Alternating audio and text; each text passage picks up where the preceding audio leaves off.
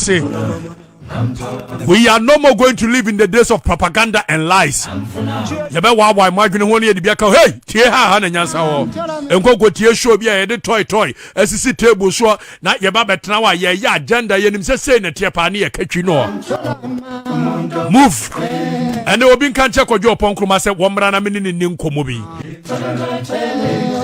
wobi ntia finance ayi ya kan say health to ayi papa ya wo ye sika kwa Sputnik ya your friend say akokora ya kufa ko bo na baso wo o se be say akwa kwaje ma manu obi ntia so say na me ne won komo ha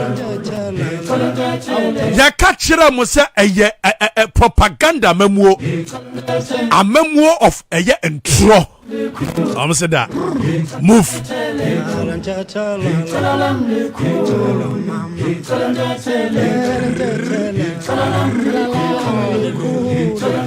I dreamt there was going to be a question agenda 111, and I didn't include it in my slides, but I invited somebody who is. I dreamt there was going to be a question agenda 111, and I didn't include it in my slides, but I invited somebody who is working under the supervision of the Chief of Staff, because this is a very big flagship program situated under the President's own eye. And a small group has been formed, Health Infrastructure Group. The coordinator is here, and I think I want him to brief you on what is happening there. They give me reports, and we collaborate with them. So I can tell you what it is, but it's good to come from Isomat. So Kwabra, wait, after my responses, you can come and then just give us some small insight into where we are with Agenda 111. I dreamt there was going to be a question agenda 111, and I didn't include it in my slides, but I invited somebody who is working under the supervision of the Chief of Staff, because this is a very big flagship program situated under the President's own eye. And a small group has been formed, Health Infrastructure Group. The coordinator is here, and I think I want him to brief you on what is happening there. They give me reports, and we collaborate with them. So I can tell you what it is, but it's good to come from Isomat. So Kwabra, wait, after my responses, you can come and then. Finance Minister. Wabwa. Health Minister, Kokwaj Mamenu. Wabwa, oh, say, oh, yeah, ubu mine, na ya memoir, a yentro amemu. Propaganda amemu. How can a whole health minister ebaba eye meet the press? No one catch say only information on agenda 111 because he has set a small group of health hey wabwa propaganda memo. But you see, wama we Ghana for na who say Ghana for adwini mo ha. Hey, tie, adwini mo ha. Yenti akufado amemo etimia survive beyond 4 years because Ghana for ya adwini mo ha. Hey, wisdom. Asam ne beka said tie without fear, without favor. Me ni kwakwaji ma manu di nkomo wi a kwadwo pankroma mo bi keto bi ka kere no.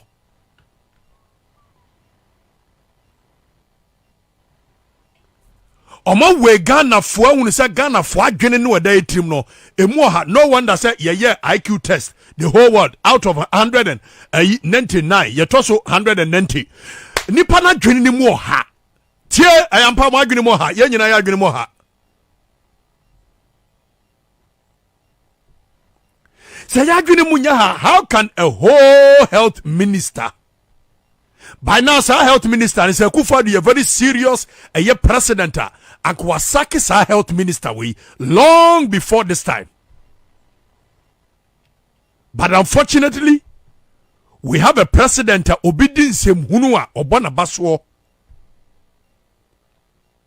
Nanyam gwanwa because Akufo-Addo amemwo na wobu no wagadre amemwo frakadam awam amemwo.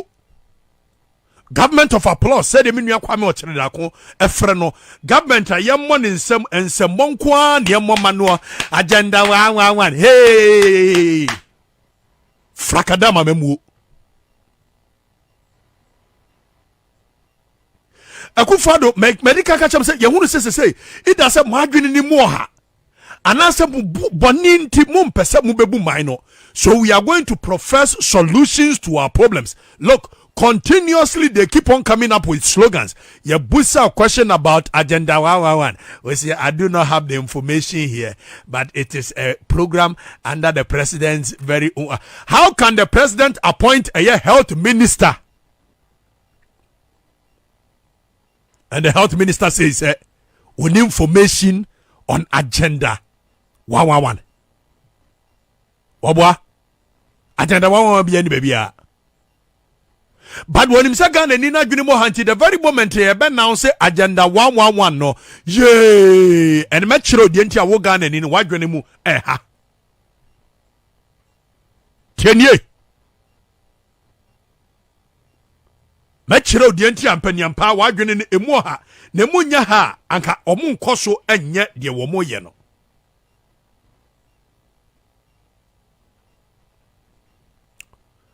Ora kwa jimamenu say we need information on Agenda 111. Na Akufo Addo at group ketua bia a small group of minister health wobwa.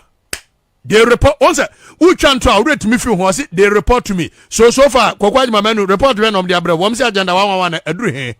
And our report ya wo do ma no keke ne beka report chiro when you and I know very well sir as a minister. If people are going to give you a report, it is supposed to be officially done. And you say these people are reporting to you, but at the same time, you do not have information on it. How? I mean, how?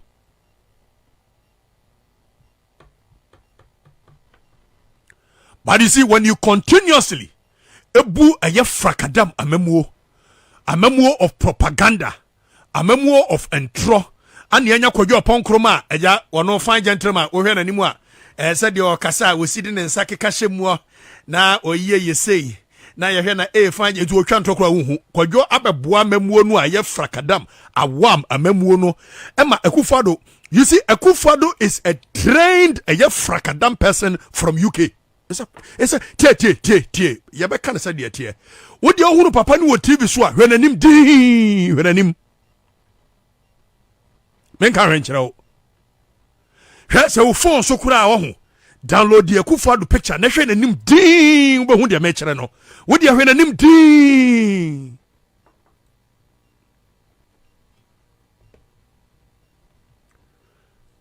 We thought Akufo Addo ban wo be my national health policy a sabim praduasa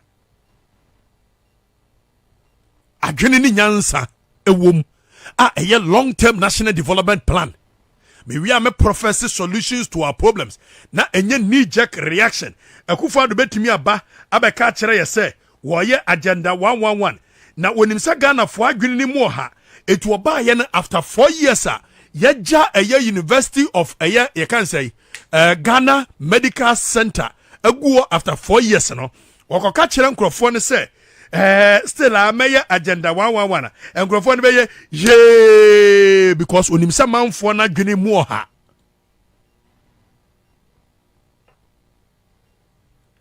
so wonyi ni sa manfo na dwene mu ha anka Bank of Ghana Hospital ntimi nsi ho for 4 years na onsa ma meka nkire manfo ne say me koya agenda me so de hwe Akufo Addo anim din wo hu TV so ahwe nanim din fa Akufo Addo picture beto Facebook no mo hwe wo de me nka hwe nanim din wo be hu de me pa kire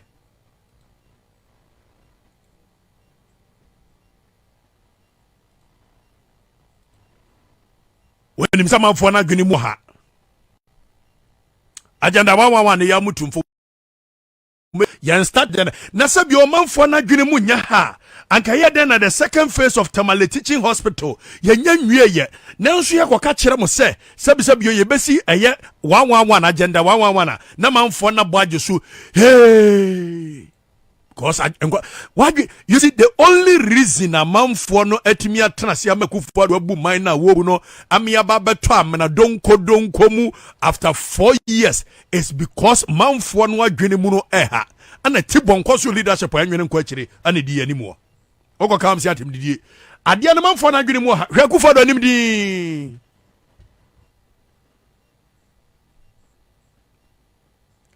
Samanfo na dwene munya ha eyeden na John Mahama si Afari Hospital na Akufo-Addo mie ye na nso betimi abeka kire ye se wo ye agenda 111 na Ghana fo atimi agina di sampania pa wo koye agenda wa mesi hwe papa nanim din wodi ehwe nanim din wo hia no wo hunu ne wo Facebook wo hwe ne wo phone so kra de wo be hunu se frakadam amamwo ne yebuo no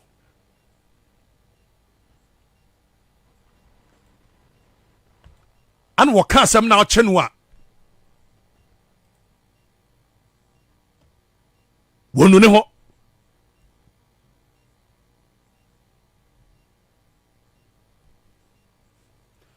okasam na ochenu a wonu ne ho na samanfo na dwene munya ha ye den wo fanko hospital siwo na ye mie ye na after 4 to 5 years enkura emponko enkotre ana ye mumma na nso mene wo kase Akufo-Addo abeka kire wo se wagya wo fanko hospital na guo ma ne pro na nso be ma wa agenda 111 na wani agi se hey because wa dwene mu ha hey tia ya baka na said tia mo kam na munya sarof me say we will say it as it is without fear without favor.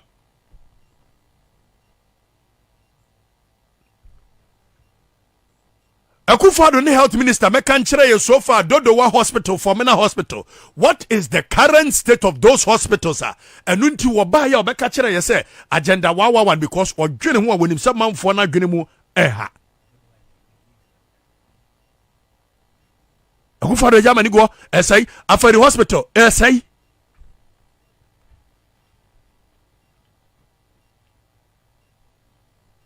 go mo de riampon briwa hospitals iguo bebre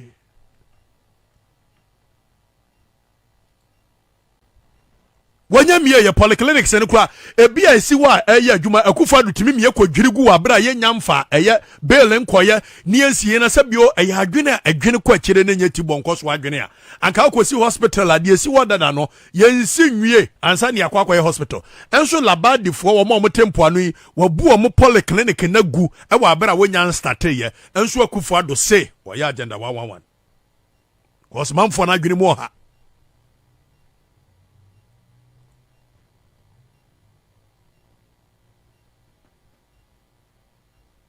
wa nkrofo na hunu se manfo no adwene no ade etrim na ntime nwene nkwa kire na mo pe slogans so etubo nwa atwa no atubi atum planting for food and jobs yamutu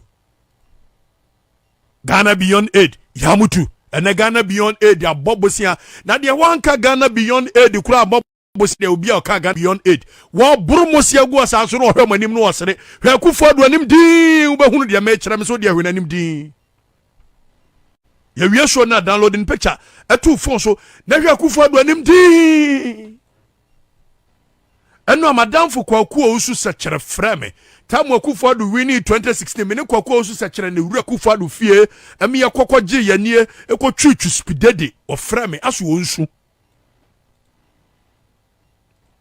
waka sana me same asemo meka no enye serious am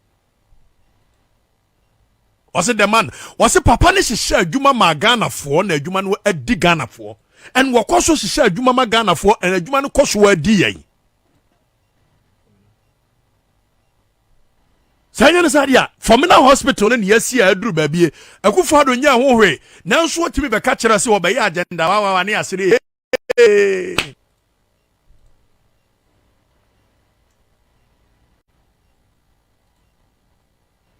frakada and nipa was wo ye one district one factory na wotimi wie e man one district one factory no factory sa wonu Akufo-Addo kura ba ye beto ye sesi wo wotimi sa de behyem se Palm Pharmaceuticals ye one district one factory Prefosi Limited ye one district one factory you can say Kasapeko company na Ghana fo timi agia tumu ampani ampa se that is one district one factory yanko kumawu hospital ni yankwa enso Akufo-Addo aka kire yen na ya adwene mu oha ne se hey tie me ka no kora na kire me se Akufo-Addo amamuo no eye frakadam awam amamuo a wo mo nka no kora na unim wo mo wi a wo mo hyada no mo de kwadwo pon kroma di me kire kwadwo pon kroma se de ya mo so ono so mo hwe nanim di mo so twantro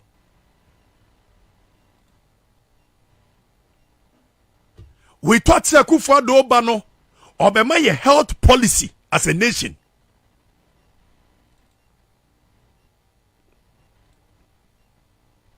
Yakasa Akufo-Addo bema ye health policy be increase the general health of the Ghanaian. Oba ye the same usual thing, the same usual and even worse leadership and a ye hunu. Yay. Hey, what's up? Bra.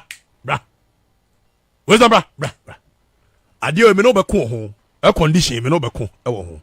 Ada me stati jabie jade etua to na eda 25 me no be ko.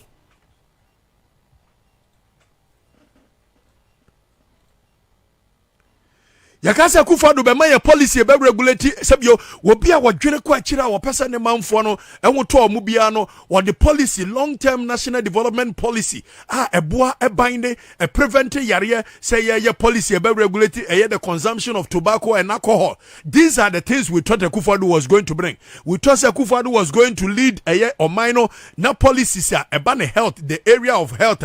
John Mahama any other government enyoma wo mo ye nyina no Akufo-Addo make sure say obeto aso nanso enam say ye frakadam amamuo amamuo of applause amamuo nsembo amamuo yamo yensemo mo, and I cannot phantom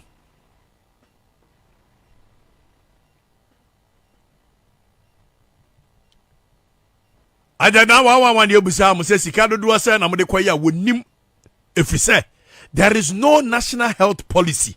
National health policy in the long-term development plan. Nyina ya dwene se na Akufo-Addo ba be ye na enkonkoye the usual rhetorics, the usual propaganda, the usual sloganeering kind of leadership wa.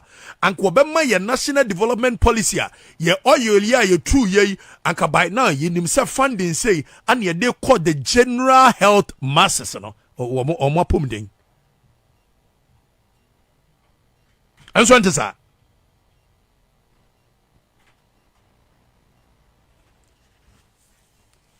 ane kwa a doctor for the nurse for so mu tu kwan free mu ne ka se Akufo-Addo de national policy be make sure say be regulate your institutions na edit different ways of your better take your nurses sabi o ye oman ya yare a yatimi atena ha ma afibia Cuba for bre a doctor for na nso ye de ye betimi atete wo mo kwan bi so de wo free kwa mente efie do free bomfa chiase do free ya kan say agona bipua wiamuase kokotia sua wo mo san krofo nyina free mu a wo mo kodu abrochira no ma be health practitioners, whether they are home carers, whether they are this. So we thought Akufo-Addo was going to create an avenue bema de wonko school kura da said ya me nua ba adwo anyima wonko school da na so kodu abrochira wotimi ye health practitioner. We thought so this our policy beba the any minister there. Yes, we betwa deals Sputnik. No didi ho.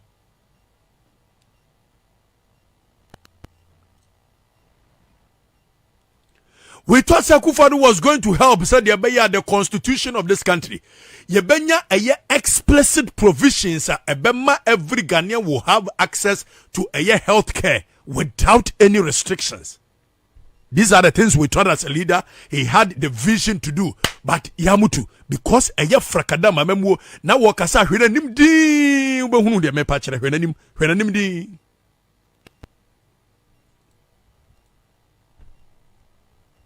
Yakasa and Akufo-Addo's leadership. Yebe regulatory health system no ma amana yakono ama nurse for enkrofo a wo manko skukura kon be do so mba be ye nurses sabi mpredua san ya tikurom ha sei obitimi free bodwesa anwo no abesena twam no ko Italy over friend the next time no wote bed so eda ho anopa wia ne anwumere so wo hwe obi because or your health practitioner. You don't need to call them nurses. These are the things we thought Akufo-Addo was going to do.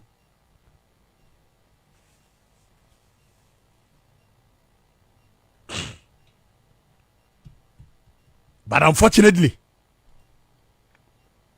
said the nurse for near doctor for esititi nipa kurom ha. Wamu ye adwuma ma wa aso mu ye favor because said ye sitria omo katantantan enti odobia ni so. We thought Akufo-Addo was going to help the nation to regulate a policy bia ebetimi making sure that the abuse of patients in this country by health professionals will come to an end. By now Akufo-Addo need any national health policy bia. Yay. and when him say manfo na dwene mu ha wo beka yen scrutinizing nti na kanyan sa then na a whole minister of health timi ba o be ye meet the press and you know such a flagship program like Agenda 111 ye ka kire wo say o say manfa ho information bia ama na we dey ese president as direct wabwa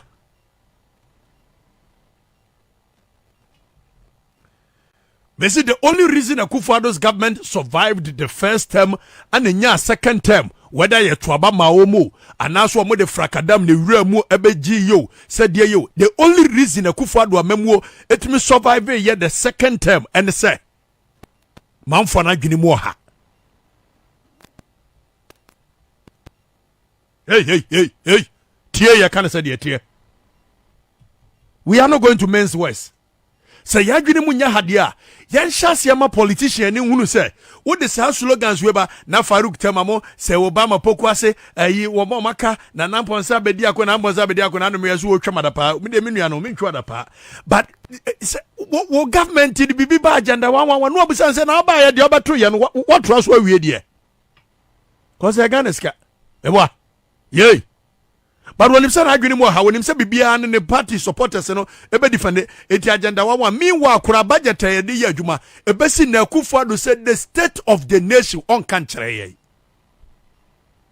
And you see sabi imprediasa and nipa wo ba be dia dia wo ba be president no osore no dress bia no the handkerchief shine nsa ho odi ade we ya no ojaye hwenanim di. And we need to analyze the behavioral trait of leaders in this country.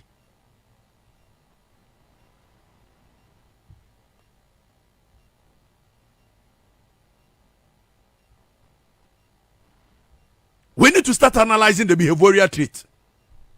Akufo-Addo anim di na hwade.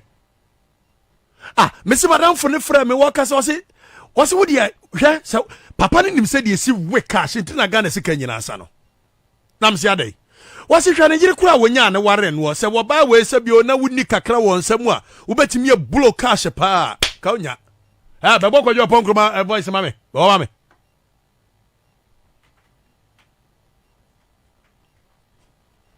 Your money man slogans.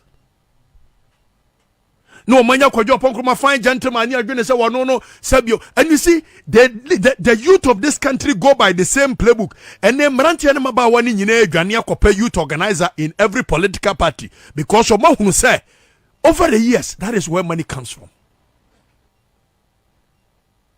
Until today Ghana for no madwene mo ha me ko Afrifa se me di line ni mu anka me betimi abaye national youth organizer of the NPP na metimi abaye MP e wo me krom bomfa ase because clearly even nipa woni amapoma call na no woni amapoma call na no woni political class woni hwe amapoma between by 7 vote. Na me mayi me wansi was say I am not going to follow that suit. I am going to make sure we speak truth to power. Say me kwa Asante Aguna na campaign ampa me kasa me MPP buro be 4 years a betimi akodi MP wo ho no. Ma anya ne sana me say me pesa me ne mu ba. Ni akontokwa e ma Ghana sesa no. Me makoye mutamfo. Me se hwe wo mo mutwa mu ntohwe Akufo-Addo anim din.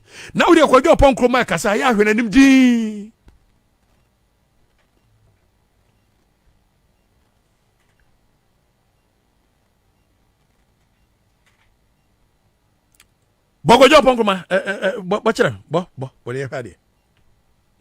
Nkrumah, Minister responsible for information. It's true, over the last weekend, the executive branch of government, led by the president and his ministers, had a cabinet retreat. That's my bra. But me pasa Ghana phone show over the last year, government retreat. We are a whole minister of information. Moko retreat, moba. One minister of information aye kasama former eye abaino. No abegina for almost 2-3 minutes. One kawe. Na don session sayem. Na oda da wansa. Na aye say. Na ja sa frakadam ayi proposal. He said you see man for na dwene mu ohanti no. Den say gune na nim say Akufo-Addo ye na oye ni bia.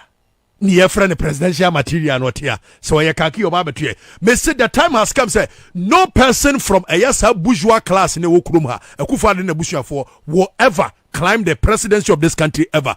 And here for money, I better take your destiny into our own hands. Because the first time I hear for manya presidency, Kwame Nkrumah offering Krofoba ye papa wobu. The first time I hear former every sabio General Champo, ye papa wobu.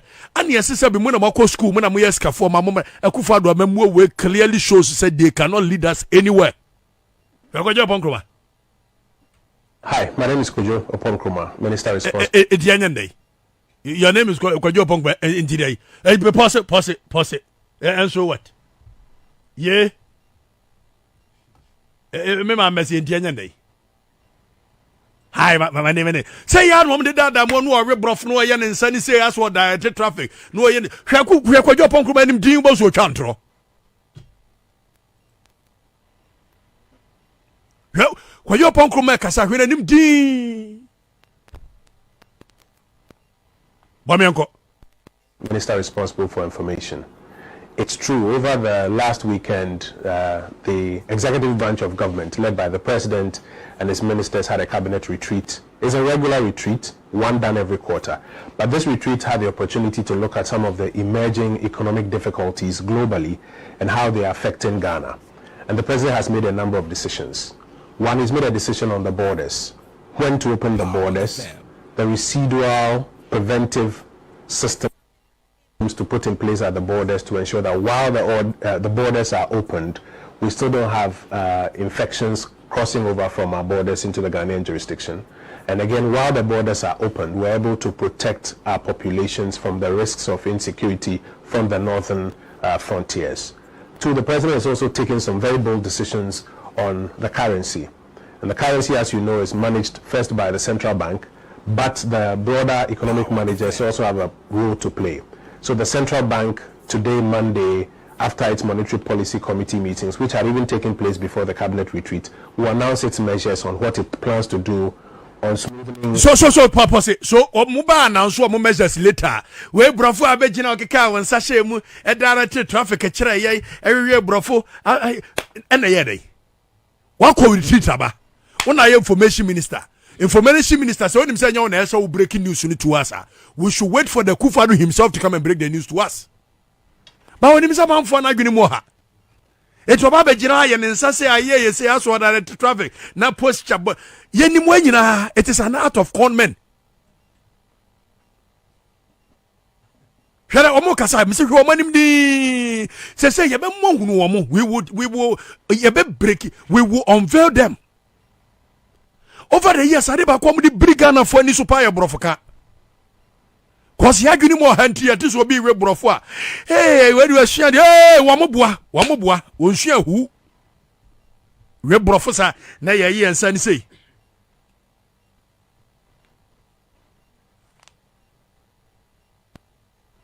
I'm reading messages in the Miriam and Dr. Solomon tell free war.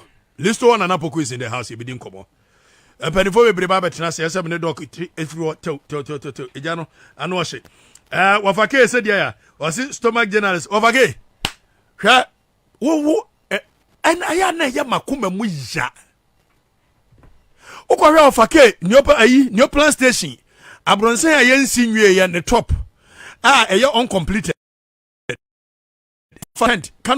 tent na wo barbering shop and nsuo fa na koye for over 5 years ni tent ne kwa tete anu ofake ede apaso mienu ne afem mienu etewa wo ye babre wo abra wo fake wo nyansa che bebre edidi wo NPP mu sisei anso be support system Faruku tamatwe wo hwe be mani monyamfo 10 gram wanyini che na nabi Faruku wanyini che sami oku Faruku churabrofo atimu se nyansa wo ni trim anso system no amana be ye support of puppet. What you say Obama, Minister Obama, and net people kwasi. I know the intelligence level of this guy. What trouble for two and so system no amana be a supporter of what is this? What kind of system is this? Wafake baba bedidi watem.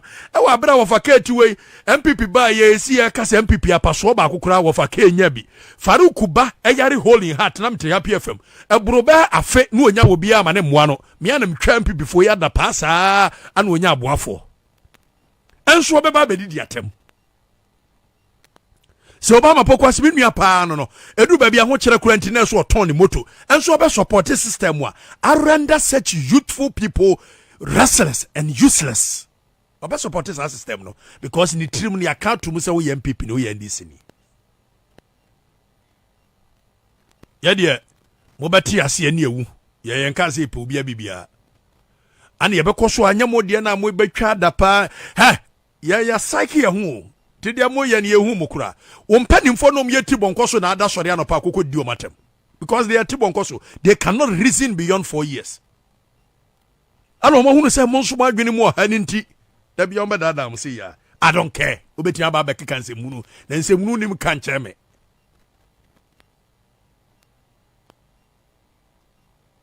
se ye be onet akufado kojo ponkoma o mo kasa mo hwe o manim di hwe nanim wo so twantro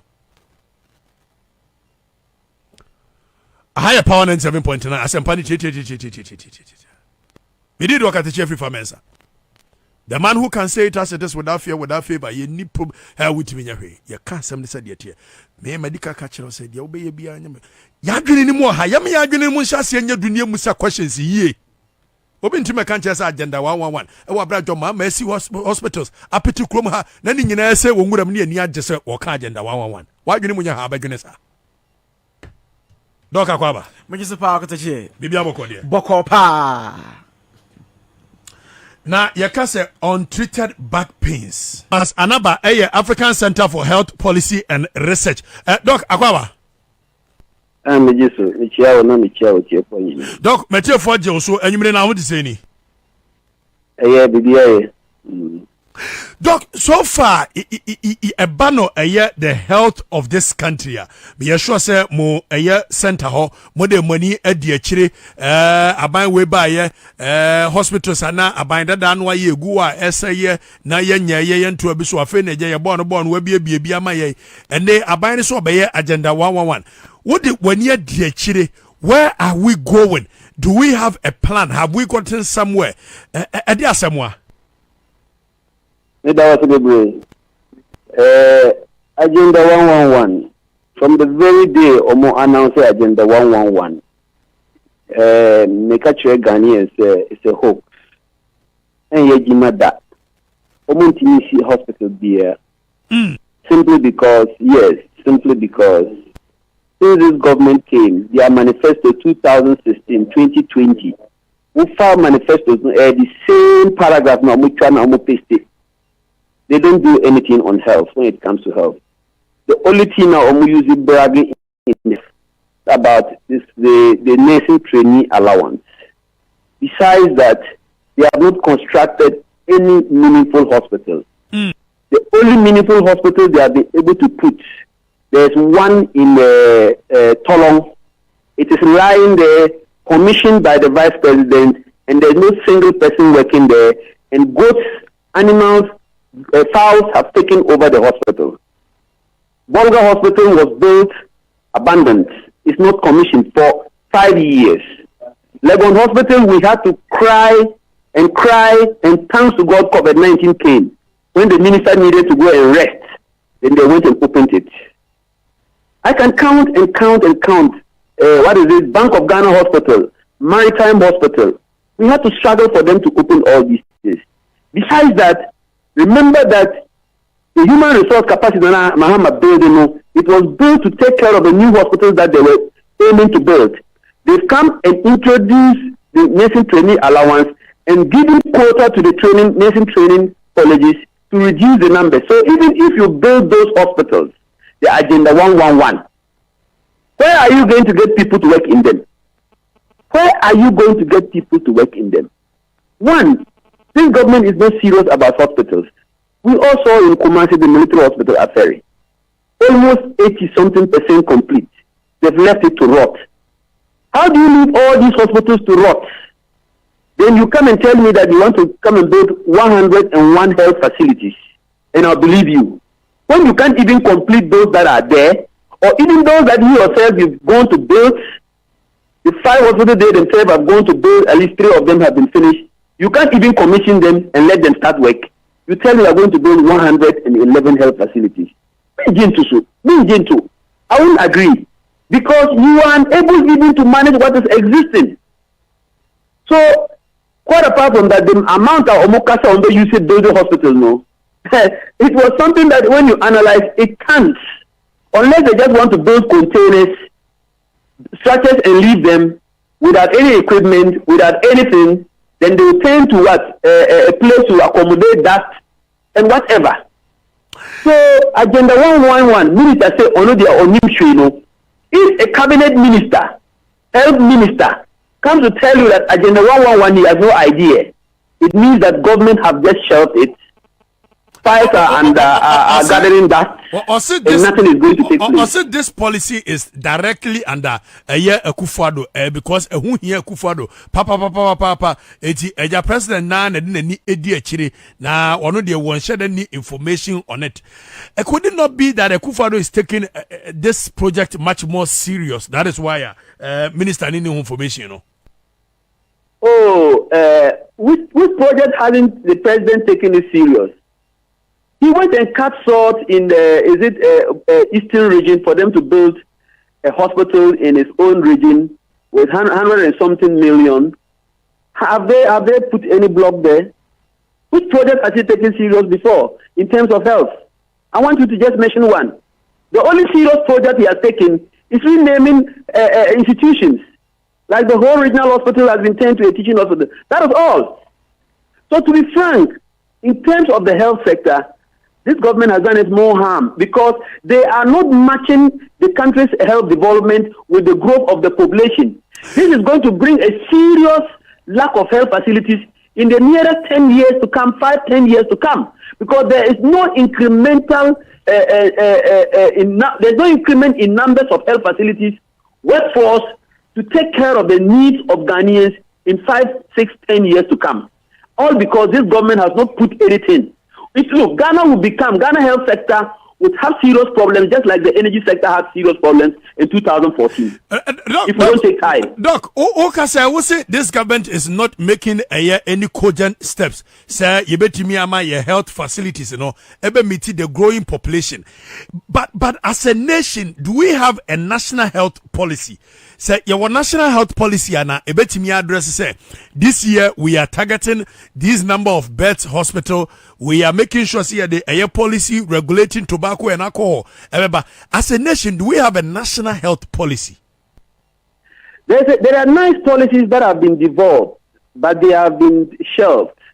I know of the Human Resource Strategic Plan for Ghana Health Service, that is for the Ministry of Health, that was aiming at training health personnel to cater for the country's needs, and also targeting hospitals they were going to build in places that there were no hospitals, upgrading some facilities to become higher facilities for new districts and then the rest. All these things have been shelved. The only thing we hear is the rhetorics of we are going, and giving us promises that are so sweet, that cannot be, let me say, executed. Because if you cannot execute 5 hospitals in 5 years, how do you execute? I remember he said he was going to build the hospitals in 1.5 years. How do you build 111 hospitals in 18 months? The 18 months have gone. Let me tell you, the 18 months are gone because they made those promises for when they were even campaigning in 2020. They were 88, and he came to add some number to it. All those number of months he gave to no Omako. Why Omo? So I believe you. Look, the strategy for health, you should meet the technocrats at the Ministry of Health, the technocrats at the Ghana Health Service. There are strategies there that are gathering that. There's a need for them to use them. When you can say technocrats, we are former medical director at Ridge Hospital. The way forward. What do you think? Ghana aban a what is say betimi aye say be ya the growing population of our nation no your medical and yema ye ntotu ye no it can meet up with it say be ya we don't find ourselves in the abyss e dey betimi nyema me nsa be ya nyema me say one is to go back and pick the human resource strategic plan of the Ghana Health Service, update it, and start training the needed human resource, targeting 5 years, 6 years to come, so that we can meet the infrastructure that they will, at the same time, simultaneously start developing, so that we'll meet it. And also have some funds available for resourcing the facilities with the needed medical equipment that will help the equipment, the hospital have functional equipment with proper maintenance scheme to allow the public to get quality health care. And the other is that government should do away with politics in health. Because look, we need politics. We should do away with politics in health, appointing people who are supposed to be retired to come back to take in charge of institutions and all those things. Look, we should stop it. Let the young doctors, let the young people take care of themselves. Let the aged people go and retire and sleep. And that way they can be advising. If we take up politics within health, because this government has come to politicize the health sector too much that most of its appointments are not uncalled for. Health minister who doesn't even understand the issues of a project in health. To even procure ambulances, they have to give it to another minister to procure. When it came to his turn to procure vaccines, he couldn't even do it well. That is not a person to be in the health sector leading us. The former Director General of Ghana Health Service was called from retirement, and the competent one who was there was sacked. And he came and messed up the whole place and politicized the whole place. We have to take politics out, work on the human resource strategic plan, and have a steady development, infrastructure development in the country to meet our needs within the next 6 to 10 years. Or else it will come to a time that you go to a hospital and you won't find anything. Or things are getting very hard. Power the fam. Doc, thank you very much for your time this evening. It's a pleasure. Things are getting very hard. These are the last commenter. Dr. Thomas Anaba, our former medical director at Ayer Ridge Hospital and now executive director, African Center for Health Policy.